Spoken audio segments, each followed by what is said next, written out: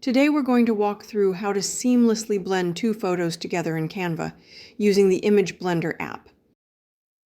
You will need to load two photos into the workspace, either from Photos in Apps or from your uploads. Before blending, make any necessary adjustments to the photos, such as cropping, resizing, or editing colors.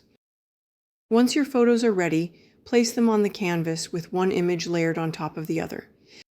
Next, click the app's icon in the left side toolbar and type Image Blender into the search bar. Select the Image Blender app to open it. Ensure both images are loaded and selected, then click on the Blend Selected Image button. You'll have two blending options to choose from, linear or radial. For this tutorial, we're using the linear blend. Adjust the strength of the blend using the strength bar.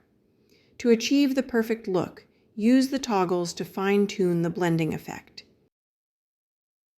Once you've finalized your adjustments, click Save.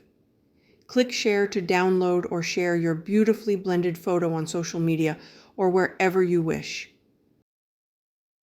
I hope you found this tutorial helpful. Thanks for watching.